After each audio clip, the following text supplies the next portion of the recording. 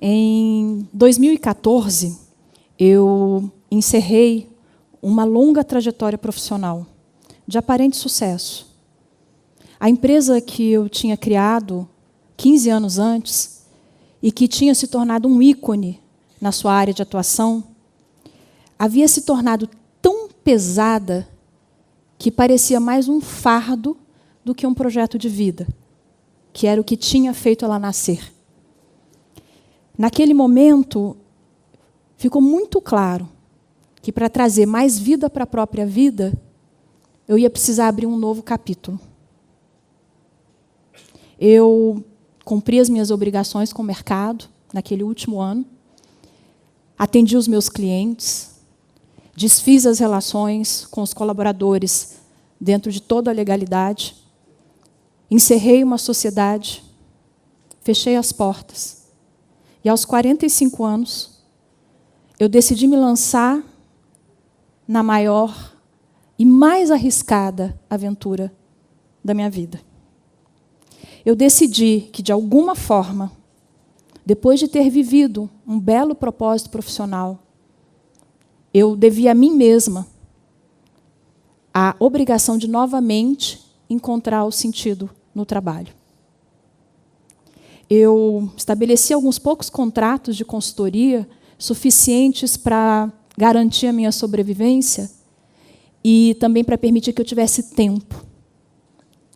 E 4 ou 5 meses depois de fechar as portas da empresa, eu estava nos Estados Unidos, numa experimentação.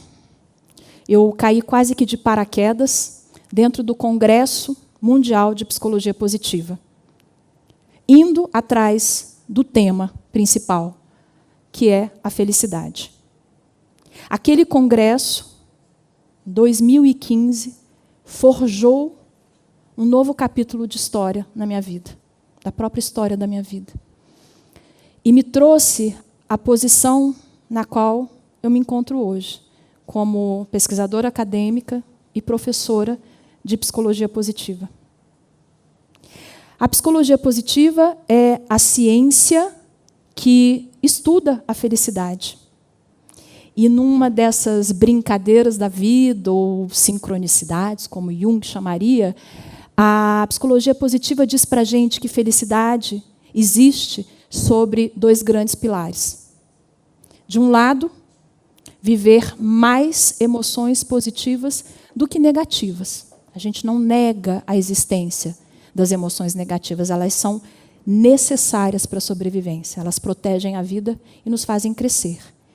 Mas precisamos ter mais emoções positivas do que negativas se quisermos aumentar a nossa reserva de felicidade. E isso está nas nossas mãos. O outro pilar é olhar para a própria vida, a vida que cada um de vocês está vivendo hoje, nesta data, e ter a percepção de que ela, tal qual é, tem sentido e vale a pena. Isso se chama propósito. E também está nas nossas mãos. É muito fácil compreender o quanto o tema propósito tem imensa aderência com o ser humano. Yuval Noah Harari, no livro 21 lições para o século XXI, capítulo Sentido, diz o seguinte: quero algo que explique o meu papel nesta aventura cósmica.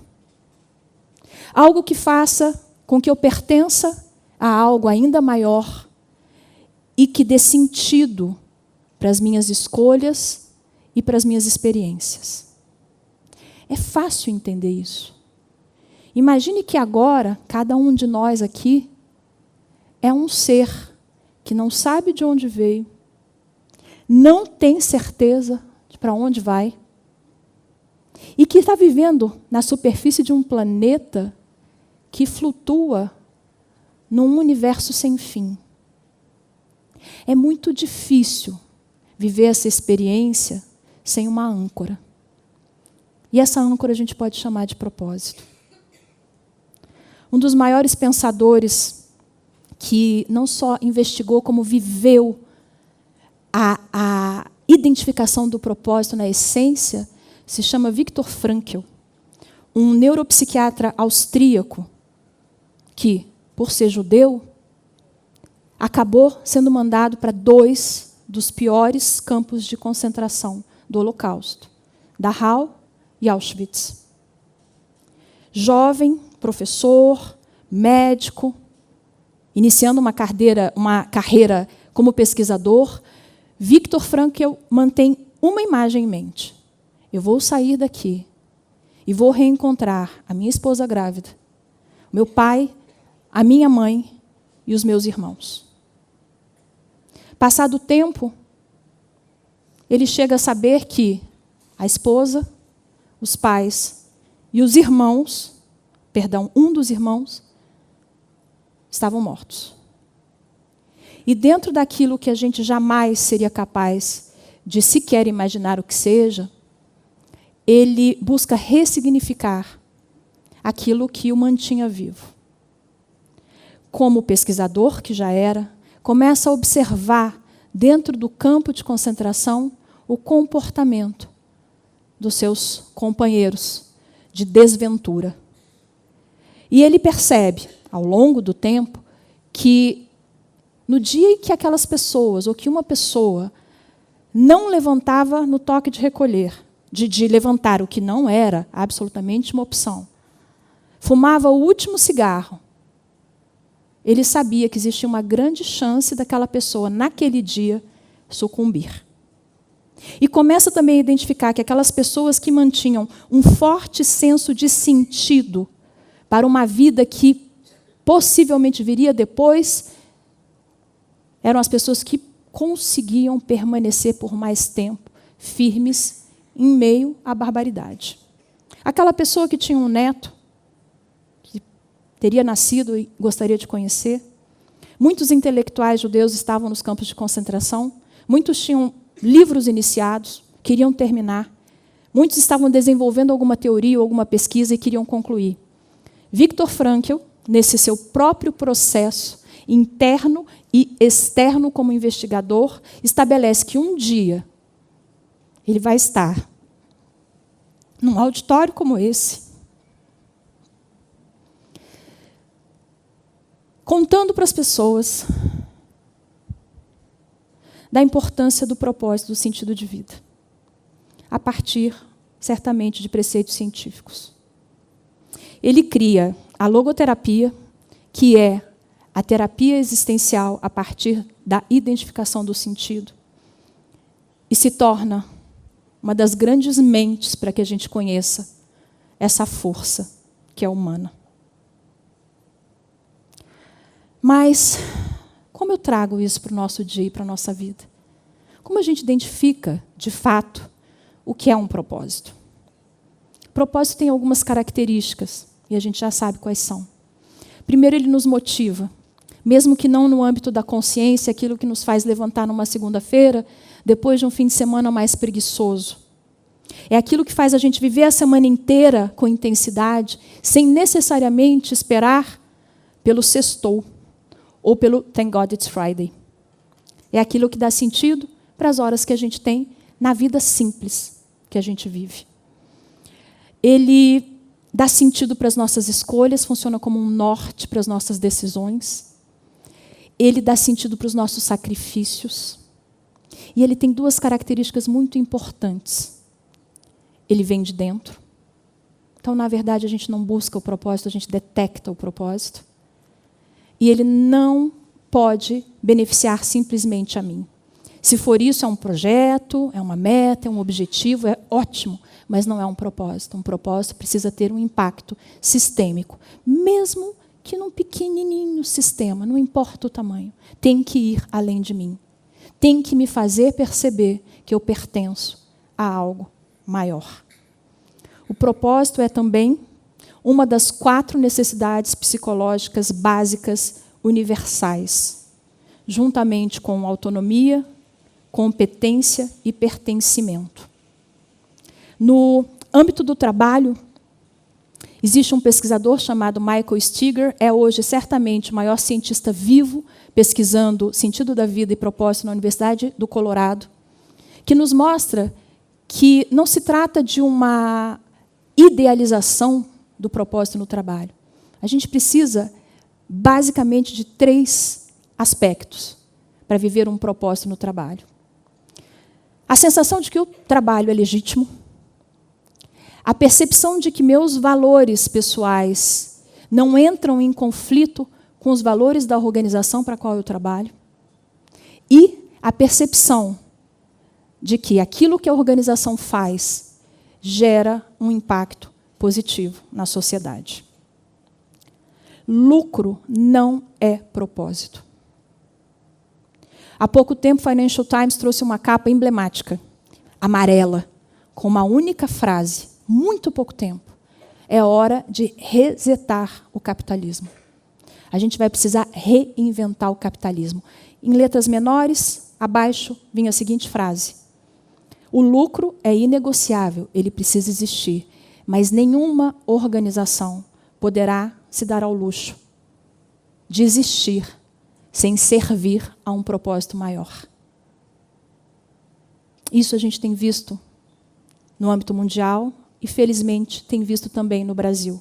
O quanto organizações são capazes de prosperar tendo um propósito maior que move toda a sua força de trabalho. Outra relevância em relação ao propósito de trabalho é o propósito reduz do trabalho, reduz os riscos para a depressão. A depressão é a doença que deveria estar em primeiro lugar em 2020 como aquela que mais incapacita para o trabalho. E, infelizmente, nós conseguimos antecipar essa meta, e ela já é a doença que mais incapacita para o trabalho no Brasil e no mundo. No Brasil, as empresas gastam 7% do que investem em saúde ou despendem com saúde por causa da depressão. E a gente poderia ir além. Transtorno de ansiedade, síndrome de pânico, síndrome de burnout e suicídio. 1 a cada 40 segundos no mundo. O MIT mostra para a gente que, obviamente, existe uma questão de adoecimento fisiológico, mas existe como pano de fundo uma grande crise de sentido. Quando eu falo sobre propósito, como eu estou falando hoje com vocês, é sempre comum que depois as pessoas me perguntem, na prática, o que eu posso fazer para perceber o meu propósito. A gente pode falar de 3 ideias muito simples. Intenção.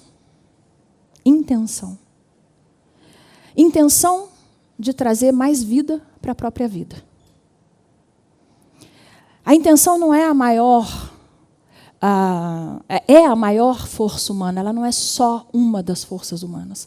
Foi com intenção que Mahatma Gandhi, Martin Luther King, Nelson Mandela mudaram o eixo da história, a princípio, de uma intenção. Uma segunda proposta é atenção, educar a própria atenção para perceber o que de fato faz sentido na sua vida. Para onde vai a minha atenção? Se eu não sei qual é o meu propósito, certamente a minha atenção vai me contar, porque meu olhar será destinado àquilo que, de certa forma, fala comigo. E a terceira é explorar. Explorar. Eu agradeço o dia em que eu tive a coragem de me inscrever num congresso, que eu mal sabia do que trataria, porque foi naquela experimentação, e eu tive algumas anteriores, que eu encontrei um trilho ao qual Joseph Campbell se referencia como o trilho da felicidade que sempre esteve ali, foi a gente que não subiu nele. 5 anos se passaram, eu cheguei num lugar que eu jamais imaginaria chegar. Eu, ensinando e aprendendo felicidade, estive em todos os continentes, ainda não na África, mas está no meu radar. Eu fiz mais de 20 viagens internacionais e tive a minha vida profundamente transformada. Mas não foi um mar de rosas. 10 meses depois de eu fechar minha empresa, e já a bordo do meu propósito, eu tive um diagnóstico de câncer depois de um check-up.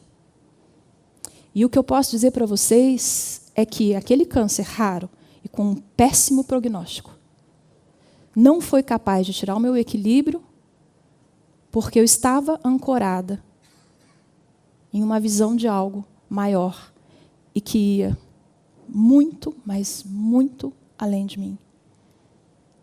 E eu vejo no olhar do meu médico, quando ele vê os exames muito bons, ele sabe que a medicação funciona, mas ele lança um olhar para mim, aquele olhar de dúvida, querendo entender o que existe nessa pessoa.